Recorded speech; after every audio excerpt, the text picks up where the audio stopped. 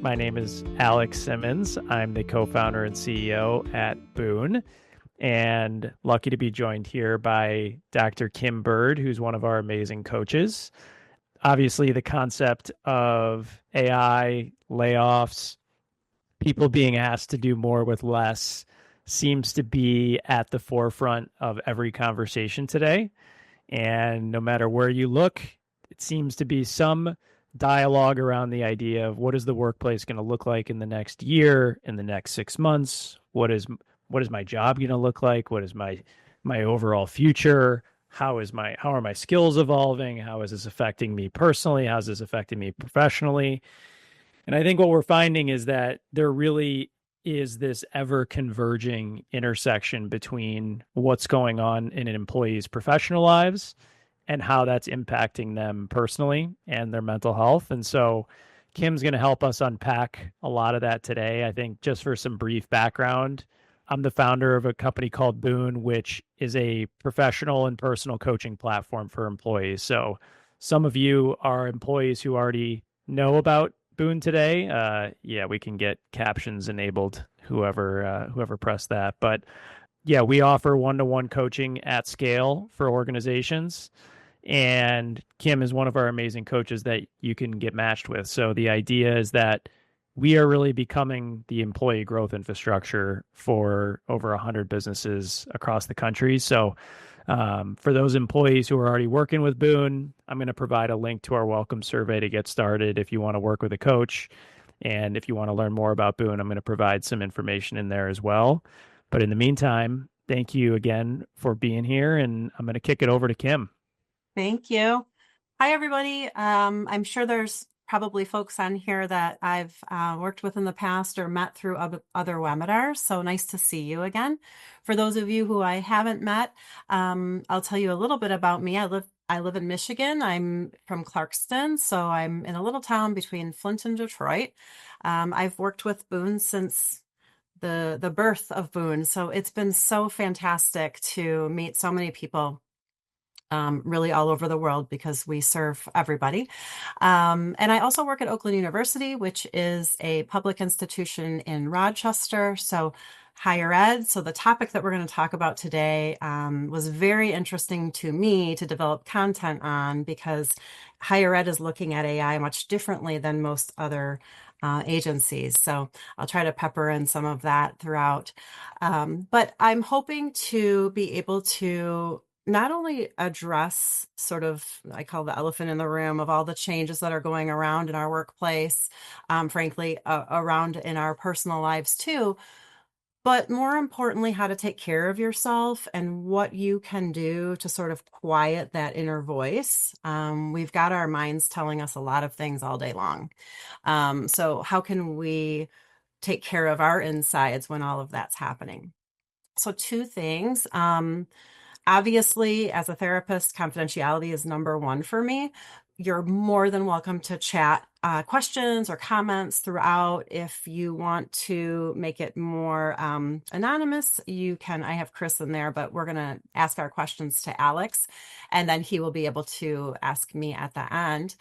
There are a couple of Zoom polls in here. I wouldn't be doing a good job if I didn't quiz you along the way. Those are anonymous, so we'll get to see everyone's opinions and thoughts on those. So it's a little bit about our confidentiality. We want everybody to feel safe and secure to talk about or say anything that they want. And I welcome that. If you have specific scenarios that you're struggling with, we welcome those. You're not the only one, right? We all have our struggles at work. So, when we think about workplace fears, there's a few things we want to think about, right? We want to think about layoff anxiety.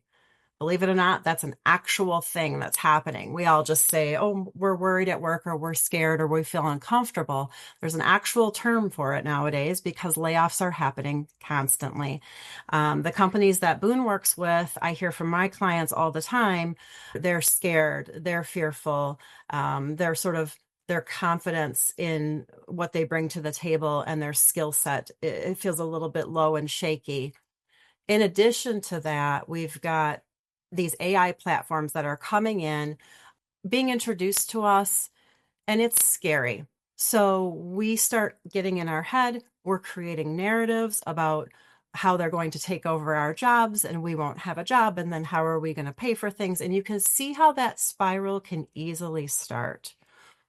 Our baseline is already stressed and anxious. There are a lot of changes going on around us. Every day you wake up to a change in your personal life and now in work. So we want to really talk about AI and is can be a tool. For some of us right now, it feels more like a threat.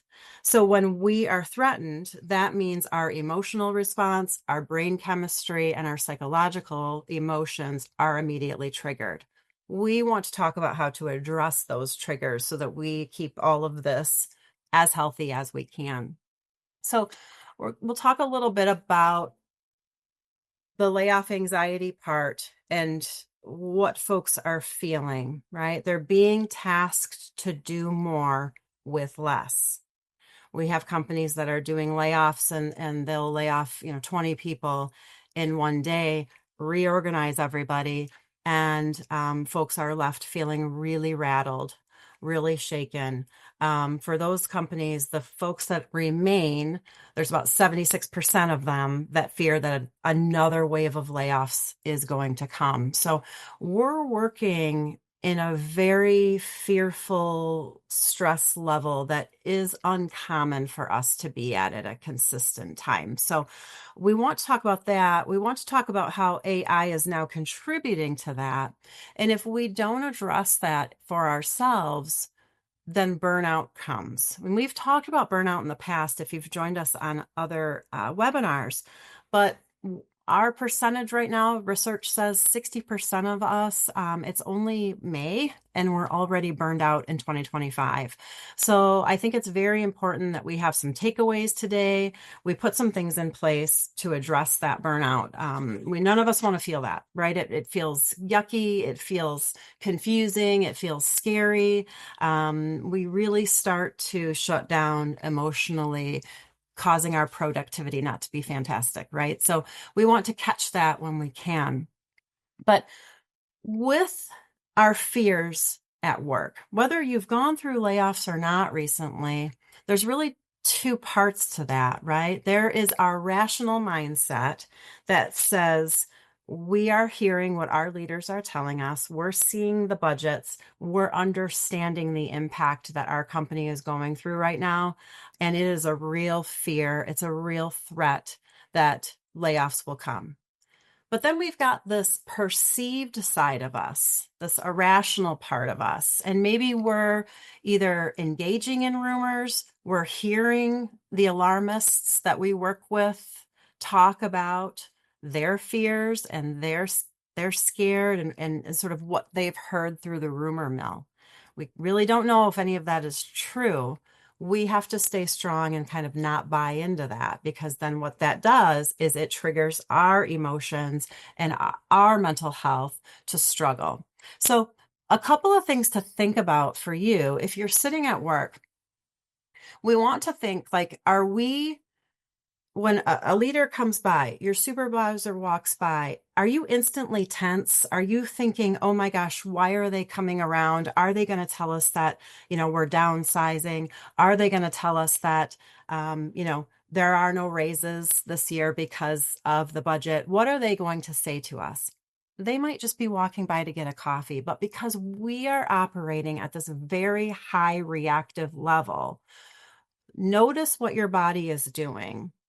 If it is tense, you need to really take a minute to try to regulate that, because starting the day in a tense state, we all know work makes us tense anyway. Think of how that escalates throughout the day. Many of us are struggling with lack of focus. I was trying to work on something last night. I said to my husband, I don't know what's wrong with me. I can't focus on anything. I can't concentrate. So I didn't get anything done. So I woke up this morning overwhelmed. I got into this whole stress level, whereas if I just had the focus and the concentration yesterday, I could have gotten a lot done. But because there's some fears in our workplace, our mind is just constantly going. We might withdraw or shut down or almost become paralyzed with fear. And when we feel that way all day at work, we come home, maybe we're argumentative, we're emotional, we're kind of bitey with the people around us, and it doesn't feel good.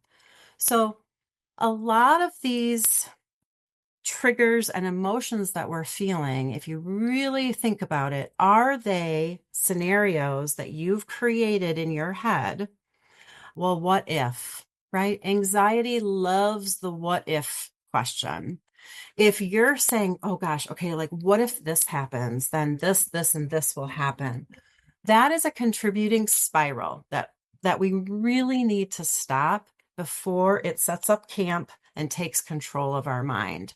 So you've got to think about what if stories are you creating in your mind?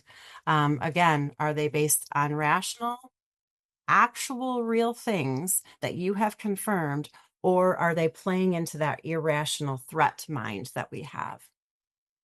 We're talking about AI today because it's affecting all of us, right? So there's a battle going on, right? I work in higher ed. We don't like AI, right? The students are coming, they're having AI write their papers, they're having AI take their exams, they are having AI create their discussion posts, meaning that did they learn anything? Are we giving them a degree to go out in the real world and work without any base knowledge, right? That's our battle. My clients' battles are on the opposite side. Some of them think of AI as a tool. I can use this. I can use it to be more creative. It produces such wonderful ideas. I can take those ideas. I can form them into my own. And then other folks are petrified of it. They maybe don't know how to use it. Maybe it seems very overwhelming. We're going to talk a little bit later about how different AI can be perceived based on which generation we're in. So we've got these fears. They kind of come in, they lower our confidence level. We're humans, right? We love routines, we love traditions, and we love patterns. Most of us don't really love constant change. That's an anxiety producer. So when you've got constant changes happening, especially in areas that you are very uncomfortable with, you can see how that really brings us to that stress, that spiral, that anxious sort of brain set. So we really want to take control of that before it kind of takes control of us. So when we think about generations in the workplace currently, there's about four generations. And each one of them is so different on a lot of levels. A couple of years ago, Alex and I did a webinar about communication skills between the four generations. This really plays a role again here when AI is being introduced or changes are happening in your workplace. Each generation is very different on how they take in that information, how they perceive it, whether it be rational or irrational.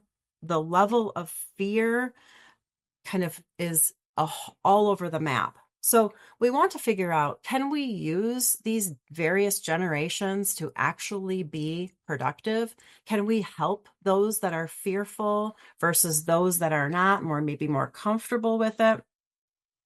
We've got about 75% of our C-suite leaders that feel that AI is going to significantly change their business over the next 3 years. They're nervous too. It's not just us employees. It's the leaders, the supervisors, the C-suites. We're all trying to figure out how to navigate this and have it be helpful instead of something that promotes fear. So when we think about the generations, we've got to normalize each one on how they're going to handle these technology changes, right?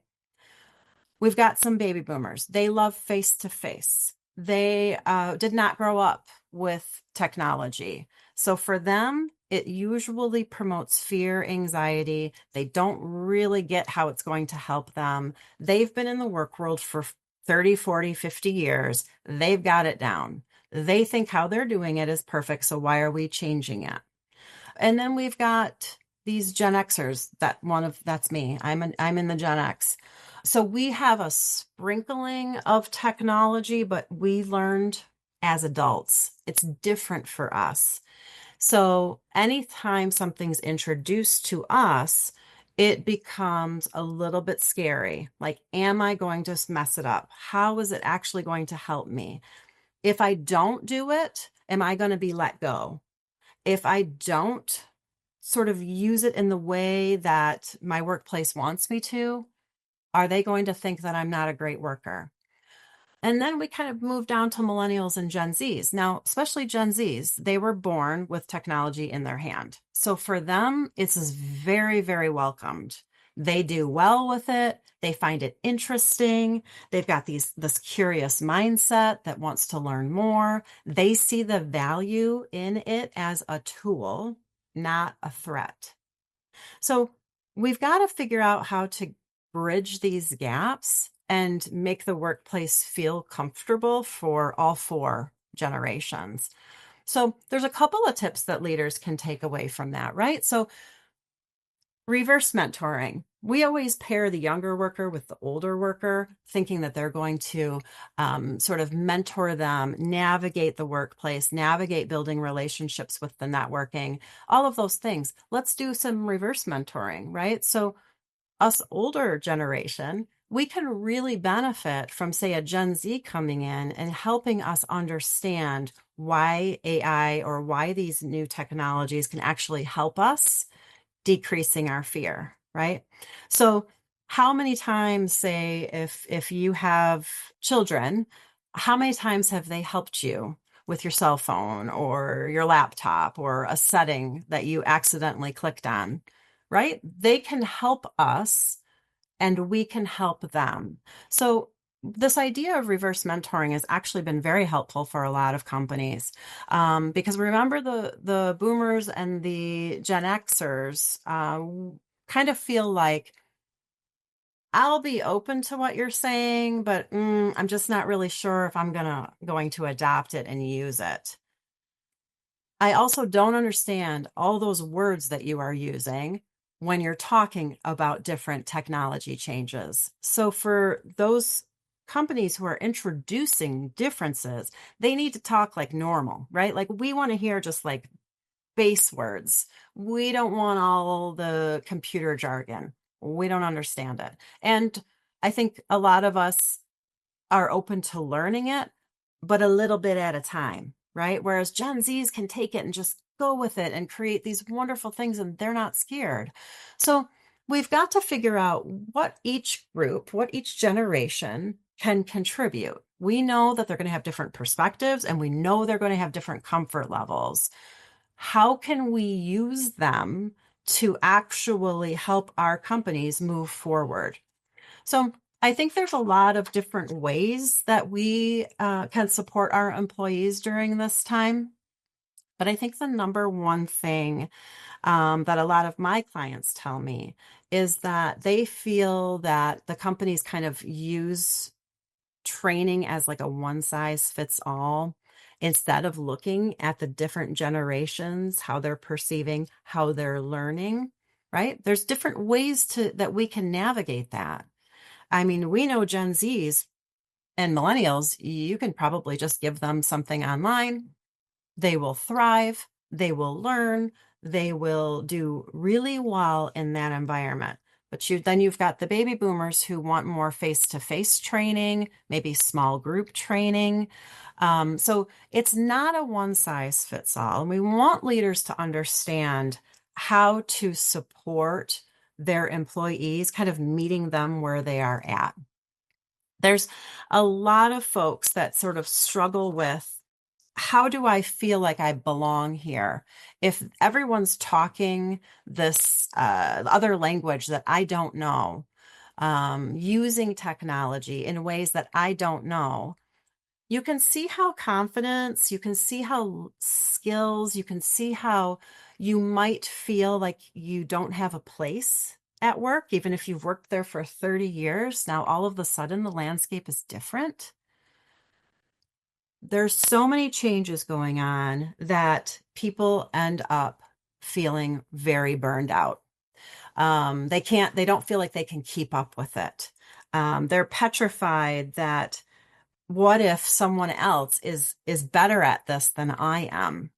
What if this younger person is better than me? Am I going to be let go? Am I going to be in the next layoff wave? Remember, these are the what if scenarios, the spirals that we tend to get ourselves into. We want to take control of those spirals by getting clear, consistent, transparent, and accurate information from our leaders. Now, a lot of leaders don't really know, right? They're new to this too. This is a change for them too. It's not like they're keeping things from us. It's just they might not know all of the answers. But asking them for the information before training or during that training time can really help us kind of control that worried mind. So when we think about emotional intelligence, it comes into play so much here. Emotional intelligence is when we can recognize, we can understand, we can regulate our emotions. We have to choose, right? Am I going to respond, which is a thought process goes behind what I'm about to answer you? I'm calm when I'm answering you. Or am I going to react? Like I am freaking out, I'm scared, I'm super stressed. And so my reaction to you, that's when that like bitiness and irritability comes in. Really, though, it's based in fear. So we kind of need to check ourselves and say, like, how am I going to talk about this? I want to get the information, but I have to approach it in a calm way. I can't just go, in there raging with a scared mindset. I want to have a curious mindset because if I'm curious, then I am more apt to kind of want to learn. I'm going into it calmer. If my company offers maybe some safe spaces, could even be online, it could be in person. Maybe I have one coworker that I really trust that I can be open and vulnerable with. I encourage you to talk to those people. I encourage you to ask a question in your company's chat or Slack or whatever you use about whatever you're learning that day. Don't just go to the training and leave and feel scared. We want to use that time to empower ourselves to actually understand something. Now, the companies that sort of throw entire training platforms and many, many changes at you at one time it's going to elicit us to be anxious and scared. So just give yourselves tiny little goals, right? Like I'm learning a new computer program at work. It's very overwhelming. It's always messed up, but I'm going to tell you it's me that's messing it up. The thing is probably fine. So I've broken it down. I learn one screen a week. I know that sounds crazy, but I am a lot less stressed because I have broken it down. I've been transparent with my supervisor. I told her I'm not going to learn the entire thing in a week. So the more we can kind of take control of that, the more we feel empowered. Again, that relaxation brain starts happening. If you think about even your personal life, you're making a flyer. You are maybe the team mom for lacrosse, and you have to make a flyer for an upcoming fundraiser to email out.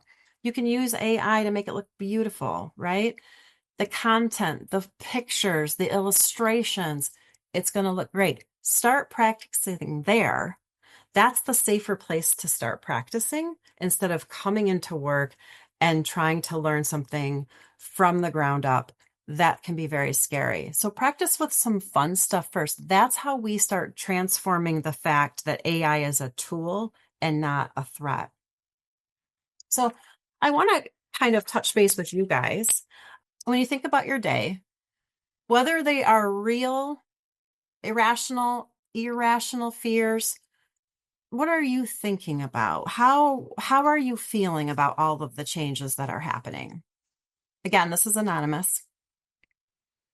Once everyone has a chance to answer, we'll look at those and kind of see where everybody's at today. Okay, so our highest percentage is, ooh, this is great. 30% of you have increased your self-care outside of work. That is something that we're going to end on later. That is the most important thing you can do for yourself. I think 19% of you seem to have a very curious mindset. You want to start thinking about ways you can probably secure your job or at least feel that security. But for those of us who aren't maintaining good work-life balances, or we do feel more on edge, or we are feeling very, very scared, paranoid, fearful, we want to really take control of that and try to figure out, we can't remove it, right? I wish we could. I wish we could just say, I'm never going to be scared again. I'm never going to feel anxiety again. And my stress level is going to be small. We all know that's not how life is, right? So it's our job to put some things in place to address what our body is telling us it needs. So some of you who answered that, about 11 to 15% of us said that we were fearful or scared or we're not sleeping well. We're moving into that burnout phase if we're not there already. And with burnout, it's when you are in a constant state of stress. If you think about fight or flight, we all hear about this, right? Fight, flight, or freeze. We think about the brain chemicals. So think about the science behind why we are feeling that way. If we are in this chronic, constant, long level of a stress response, that means our amygdala is talking and saying, release adrenaline, release cortisol.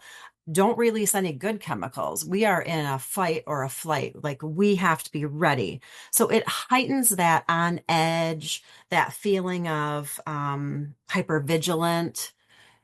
If we think about the chemicals side of us and what that affects our physical, our psychological, and our emotional parts of our body, it's not a good place to be.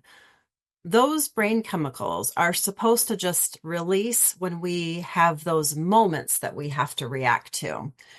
Our bodies aren't made to just consistently be there, right? We've got this pressure. Am I pressured to provide my worth? I might have worked here for 25 years. Now, all of a sudden, I have to show them why I am worth keeping. That pressure that we have put on ourselves is so damaging. And that comes from a lot of our what if scenarios. We become maybe more cynical, more agitated. Maybe we are the problem with the toxic work environment. Are we the ones that are engaging in complaining and negativity?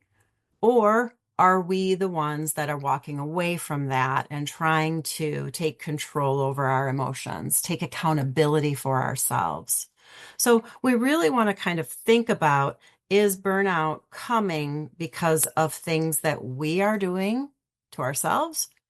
Is it coming because we're not listening to our bodies?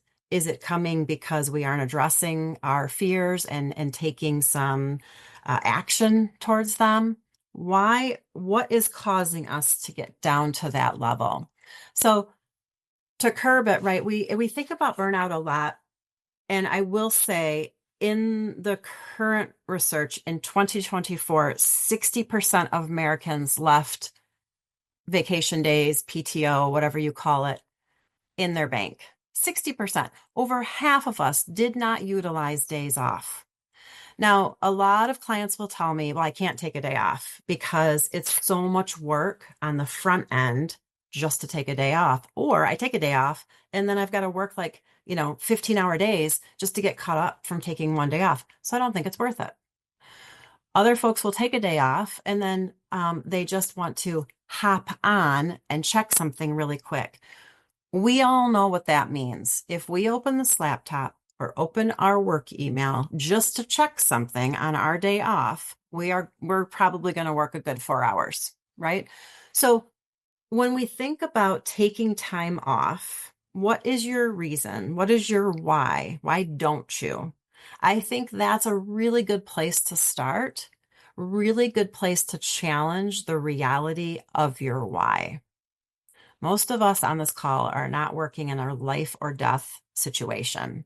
So we are feeling, remember, we're in this fight or flight chronic stress level. So we're feeling everything is emergent. I need to be constantly on. I'm hyper vigilant to what's happening. That means I can't take a day off and relax because I don't know what's going to happen. But the problem with doing that then is we have no work-life balance. We are always on edge. We feel very, very anxious all the time. We have stomach aches, we have headaches, we're tense. We have some physical signs that most of us tend to ignore. So when we think about the changes that are coming into our workplace, then we also need to pair that with sometimes I need to take a day off and actually be off. So I always challenge my clients, what is your notification on your phone? Is your work email pop up? And so you look at it and you can see that Susie just emailed you and Susie's very worried. I'm just going to hop on here really quick. I'm just going to let Susie know what's going on. Susie knows you're off and it's been approved and you are off. So can we maybe turn off the notifications for that day off that you're taking? It brings us to a level of being present in the moment instead of being distracted by these notifications that come on our screen. So it's a very minor change that a lot of us feel uncomfortable doing, but it's a really good place to start. As you work more and get used to that, then we incorporate more and more skills to actually have a day off. Years ago, this would not be a conversation. Everyone used their days off. Nobody checked their email. Nobody called anybody. People were just off. Nowadays, that hardly happens. I think that we need to just spend some time focusing on that, and the answer to our why is very important there. Our workplace should be psychologically safe. In other words, we should feel comfy. We should feel comfortable talking. We should feel comfortable asking questions. We should feel that no one is going to kind of give us that judgmental, either verbal response or that nonverbal judgment look. People care about one another. Not all workplaces right now are feeling that, right? And it's nobody's fault. It's just the constant changes that are happening are making everybody feel very on edge. So we think about the layoffs that might come in, the changes that are coming through technology. It really can trigger like shock, disbelief, anger. It can really trigger a lot of very strong, powerful emotions. So we tend to operate in a level of toxicity, which then, of course, ruins the feeling of safety and security. So we've got to find a balance there. And I wanted to kind of just talk mainly to leaders or organizations in their entirety with this part, but there's also some accountability pieces us employees can take too, which I'll talk about later. But organizations, leaders, C-suites, they really have a lot to think about. I hate to say that because you already have so much on your plate, but are you leading by example? Are you calm when you're talking about the changes that are coming? When you're introducing a new way to do something or introducing a new technology that's going to be helpful?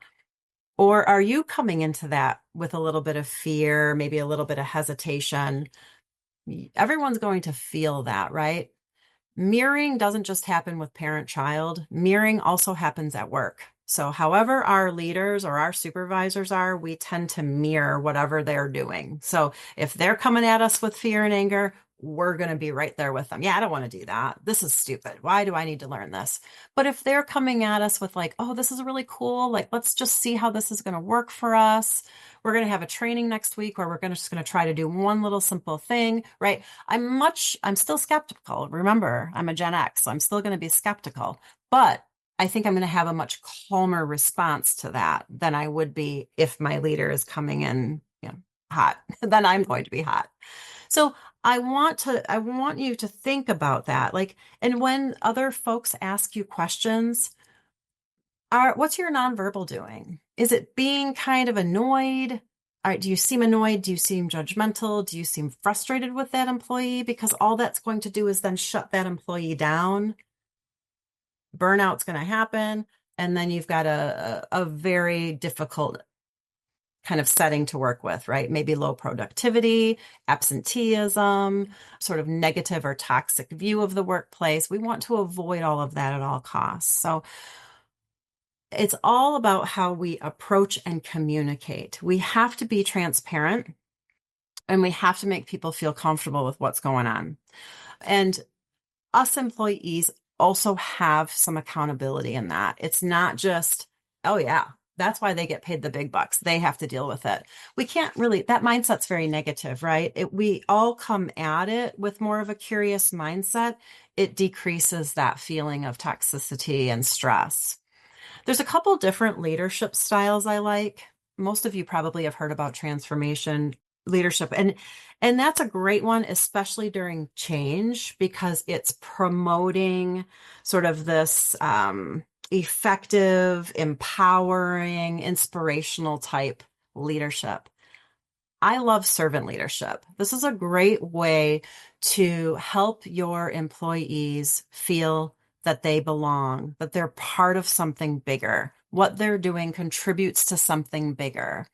If I'm a servant leader, my whole goal then is to take the people that report to me and elevate them. If they're learning new skills, if they're feeling confident, if they're contributing, if they're coming up with new ideas and they're not scared to tell me about it, I'm a servant leader. I've done what I'm supposed to do and it feels great. I'm not here to push them down and to make them feel bad if they ask questions or they're concerning statements and things. I want to make them feel like they are a part of something bigger. I want to be empathetic to their worries and fears. I don't want to just ignore that. So servant leadership, although employees have responsibility in that, it can really be this collaborative team way of looking at change instead of just putting it on a couple of people. So I don't know what kind of leaders you guys kind of view yourselves as, but it's something to consider. What is your leadership style telling others? And is there a way that you can tweak or edit it a little bit during all of these waves of change? So before we get into the sort of self-compassion piece and how we can help ourselves in that, I'd love to know. I've put a lot of examples here that you can pick from. I'm sure many of you have other things you do to relax and unwind when you're stressed. But there's some here that a lot of my clients comment on, so I sort of used those.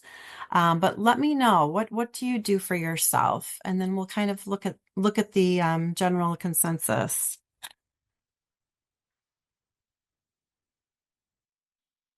All right. So a lot of you exercise. That's wonderful. I'm going to talk to you 71% about scrolling in a minute. Reading, we've got baking and sleep, binging on TV. That's me. And I love that some of you are doing breathing exercises, connecting with a friend. When we connect outside of work with someone that we can just be silly with or be open with or to enjoy a walk in sunshine with, it changes us almost immediately. The brain chemicals we talked about earlier are not being released. Instead, the good stuff is being released. We feel lighter. So let's look at what a stress brain is. So we talk a little bit about that response versus react. If we are getting those yucky brain chemicals and we react to somebody, this is what's happening, right? Our brain is just firing. It's not taking a minute. It's not pausing to reflect. It's not checking in with itself to say, like, what is my body telling me right now? Should I give myself a timeout or should I stay in this mode? We aren't taking any time for those thoughts. We're just in a fearful, reactive, stressed situation that makes us feel horrible, not only while we're reacting, but also afterwards. If we just take 1 second to think about, check in with ourselves. What's my body telling me? Why do I feel anxious? Why am I scared? I'm going to take 1 second to figure that out before I answer you or before I talk, because then I am speaking with a calmer mind. Maybe I can provide somebody with more support. Maybe I can provide myself feeling a little bit more in control. My decision making is better. My focus is better. It just takes a second to say, hang on a second, what's going on up here and in here before I answer you or before I participate in something bigger than me. It all involves a mindset shift. And some of you are really good at this. According to the poll, a lot of you have some fantastic things you do. But I do question if you think about what you tell yourself. We know layoffs are happening. We know budgets are tight. We know the world is constantly changing. Every time we wake up, there's something new. We know that technology is coming in and it's coming in fast. So we can either sit back, complain, be reactive, be scared, or we can take control of it and say, okay, like this is how it's going to be. What are the stories that you're telling yourself about you?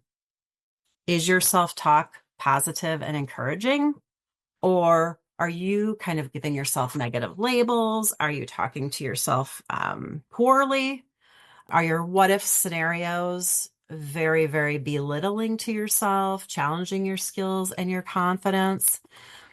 That's the stuff that we have to take accountability for, right? We can control this. It's pretty much all we can control, right? Everything around us is changing. What do I have? I just have me. So if I am in a conversation at work where everyone is complaining and it feels very negative and heavy, I either make a choice. Do I excuse myself? I don't know, maybe I make up that I have to go to the bathroom, or do I continue to listen and be a part of this conversation? For me, I have to leave. I can't be a part of alarming, high intensity, reactive conversations. They make me uncomfortable. So I leave. I make it up. I have to go to the bathroom. I have a call, whatever it is. I have to take accountability for however I'm going to feel emotionally after that conversation is over. So I don't want to assume or have my expectations be completely based on my what ifs. I need to have facts. When I have facts, my emotions go down, and that's where I thrive.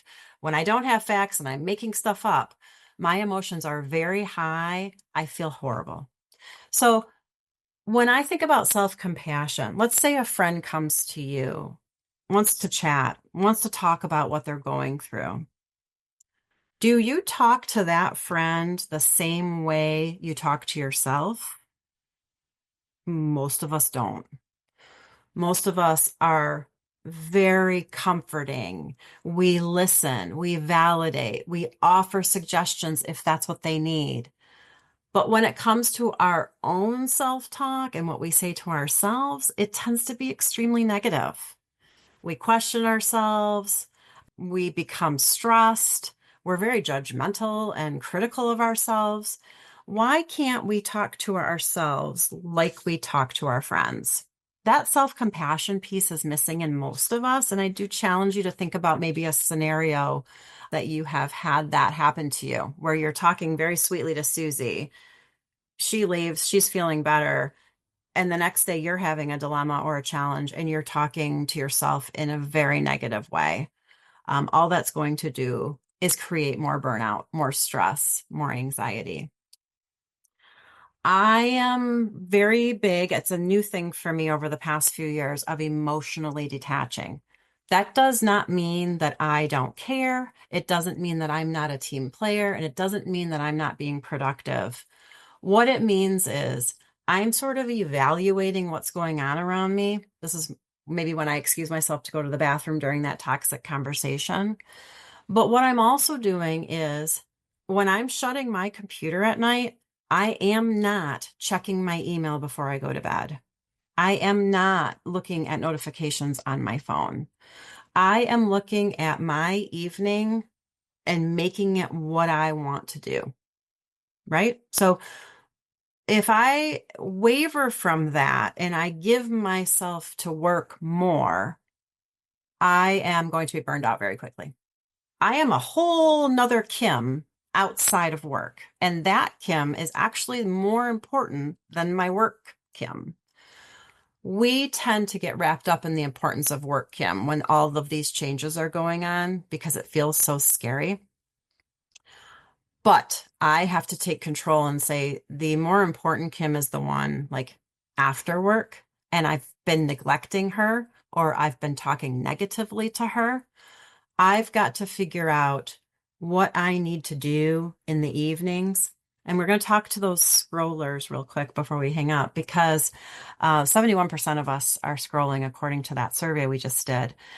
As you know, scrolling is it's psychologically, I'm going to say the word damaging, and everyone on here is going to get upset because my clients will be like, I'm just looking at Pinterest because I want to repaint a bedroom. What it's doing is it's drawing you in, it's keeping you distracted and occupied for X number of hours. You leave scrolling, usually, if you check in with yourself, and I challenge you to do so, feeling worse than you did when you started scrolling. We've got a lot of people that scroll at night, then they tell me they have sleep difficulties. Stop scrolling, right? If you're going to bed at 11, don't scroll from 9:30 on. There are surveys, research studies, everything that is proving to us that although scrolling might feel good in the moment because it's distracting us, we feel worse after. We've either not done what we're supposed to do, so we feel guilty. We feel angry. We feel compare. Like you're looking at other families or people on social media. I don't know why they look so happy and like they're doing great. And I'm over here like not doing that well. And I'm angry about work. And I just got in an argument with my kid. And there's a lot of negative narratives that come out of scrolling. So for the 71% of you that are using that, I really challenge you to kind of give yourself some self-monitoring there. A lot of us monitor our kids. We have the little how screen time counter. I challenge you to do it for yourself. It's actually shocking how many hours we actually spend scrolling. The average adult American spends 3 hours scrolling a day. Many people say to me, that's not true. There's no way I spend that much time. Set your screen monitor and just check it out. Just scroll like you normally would and see what you're feeling after that. I want you to look at yourself and say, like, what do I actually need? And then engage in it, right? Play your instruments, go to the gym, go for a walk, do something that is promoting your brain chemicals to release the good stuff. That's how we're going to get through all these changes that are coming our way. So I want to leave us enough time in case you guys have questions and whatnot. So I have to shut up. So tell me kind of what you're thinking. If somebody has an example that they want to share, or maybe a technique that they've used that helps them focus on themselves in the evening instead of work, we would love to hear those because we're all sort of in that struggling moment. I know this was super helpful for me. Just some of these tangible takeaways that you always give me, but I guess maybe talking through a couple of your tangible ways that you're thinking about embedding some of this into your day to day. I think that's always something that I always look to walk away with. So, any good tips you have for the people on this call? I think that a lot of my clients, we get into that spiral and that anxious mindset.